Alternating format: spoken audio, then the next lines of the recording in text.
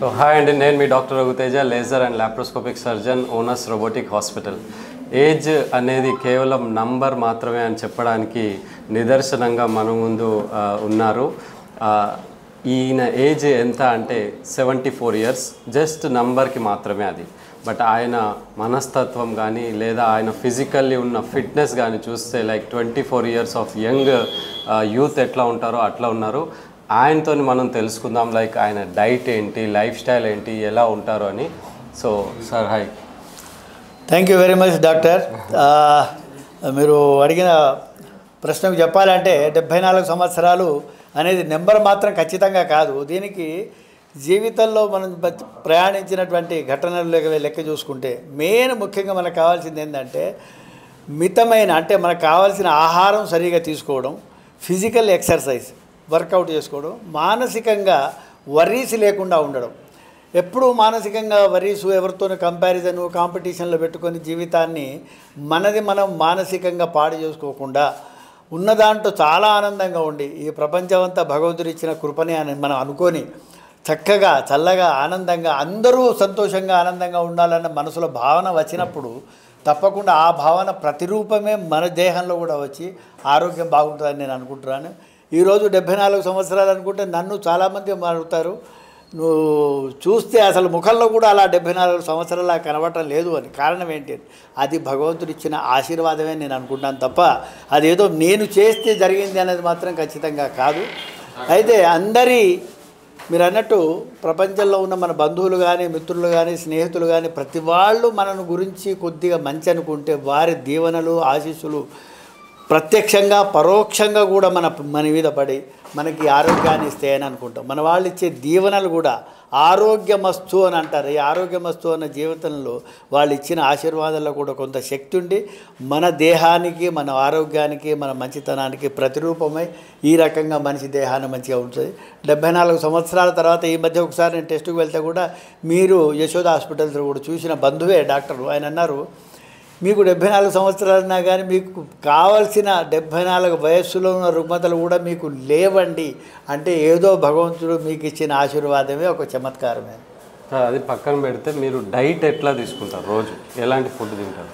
Diet ఉద్యోగంలో ఉన్నంత వరకు అన్ని రకాల తిండ్లు అన్ని హోటళ్ళలో ప్రతి చోట్ల మాకు మీటింగులు అవి ఉంటే తినేవాడిని. కానీ రిటైర్మెంట్ తర్వాత తిండిని చాలా సాత్వికమైన ఫుడ్, ముఖ్యంగా ఆకుకూరలు ఎక్కువ, ఇప్పటికి కూడా అది కూడా ఒంటిపూట భోజనమే చేస్తాను. మధ్యాహ్నం ఒకటే భోజనం చేస్తాను, సాయంత్రం భోజనం చేయను. ఎందుకంటే ఆ 12 గంటల గ్యాప్ ఉంచాలి అన్నది ఆరోగ్యాన్ని కాపాడుకోవాలనే ప్రయత్నంతోనే డైట్ మాత్రం చాలా స్ట్రిక్ట్గా. ఎందుకంటే పాతకాలం వాళ్ళు చెప్తుంటారు, మీరు అవి తినండి, రకరకాల పండ్లు తినండి, ఇవి తినండి అంటే దాంట్లో కూడా కొంత ప్రత్యేకతను అవలంబిస్తాయి. ఎందుకంటే ఈ మధ్య దాంట్లో కూడా కెమికలైజ్ అయిపోయి ఇన్సెక్టిసైడ్స్ వేసి మందులు, రకరకాల మందులు వేస్తే ఏది కూడా అమితంగా తినకుండా, అంటే ఒక పండు తినాలే డాక్టర్లు చెప్తున్నారు, మనకు కూడా మంచిగా అనిపిస్తున్న పండు అంటే ఆర్గానిక్ ఫుడ్ ఎక్కడైనా దొరుకుతుంది అంటే దాంట్లో కొద్దిగంత అమితమైన తింటామేమో కానీ మామూలుగా మితమైన ఆహారమే. పండ్లు కూడా ఏది మనకు అన్ని రకాల సలహా ఇచ్చినా మనం తినేదైనా కానీ జాగ్రత్త పడుతున్నాం, ప్రతి స్టేజ్లో జాగ్రత్త పడి ఇది ఏ రకంగా దాంట్లో కొంతమైనా ఏదైనా ఇబ్బందిగా ఉన్నా మనకు మన దేహం మీద ఎఫెక్ట్ పడకుండా ఉండాలనే ఉద్దేశంతో జాగ్రత్త పడుతున్నానండి. డైలీ వర్కౌట్స్ ఎట్లా చేస్తారు? అంటే వాకింగ్ చేస్తారా, ఎక్సర్సైజ్? డైలీ 1 గంట సేపు వాకింగ్ చేస్తానండి. మీలా 8 ఆకారంలో తిరగాలని ఎవరో మిత్రులు చెప్పారు. ఆ 8 ఆకారాలు తిరుగుతూ దేహానికే కాకుండా కూడా బ్రెయిన్కు మంచిగా ట్యూనింగ్ అవుతుంది. డైలీలో కూడా వైబ్రేషన్స్ అని సరిగా ఉంటాయి. మెయిన్గా ఏంటంటే ఆ స్కల్కు బ్రెయిన్కు మధ్యన ఉన్న ఆ లిక్విడ్ కదులుతూ ఉండి ఆ 8 ఆకారంలో తిరగడం వల్ల మీ బ్రెయిన్ మంచిగా పనిచేస్తుంది, ఆలోచనలు మంచిగా వస్తాయి, పాజిటివ్ థింకింగ్ ఉంటుందని ఎవరో మీలాంటి వాళ్ళు డాక్టర్లు చెప్పిన సలహాను పాటిస్తుంటాను.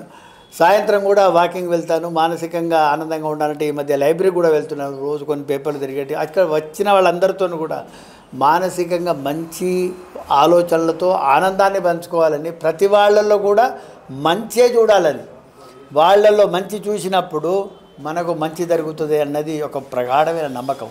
ఆ నమ్మకంతో చూస్తున్నాను కనుకనే బహుశా మీ అందరి శుభాకాంక్షలు, ఆ భగవంతుని ఆశీస్సులతో ఈరోజు ఆరోగ్యంగా ఎలా ఉన్నాను. Super thank you sir, hats off.